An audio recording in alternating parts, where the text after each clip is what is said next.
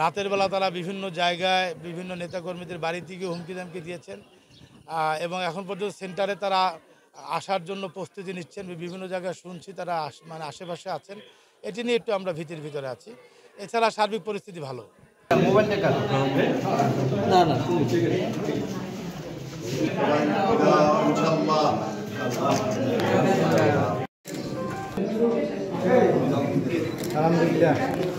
দুই একজন প্রার্থী ওই সাংবাদিকতার আড়ালে এসে বিভিন্ন সমস্যা সৃষ্টি করে চলেছে একের পর এক, কিন্তু সার্বিক বিষয়ে ভালো অবস্থান ইনশাল্লাহ। কারণ আমি দিন এই মানুষের সাথে জড়িত, মানুষের ভালো মন্দের পাশে ছিলাম, তারা আমাকেই বেছে নেবে এবং আমি সেই সারাও পাচ্ছি ইনশাল্লাহ আল্লাহর রহমতে।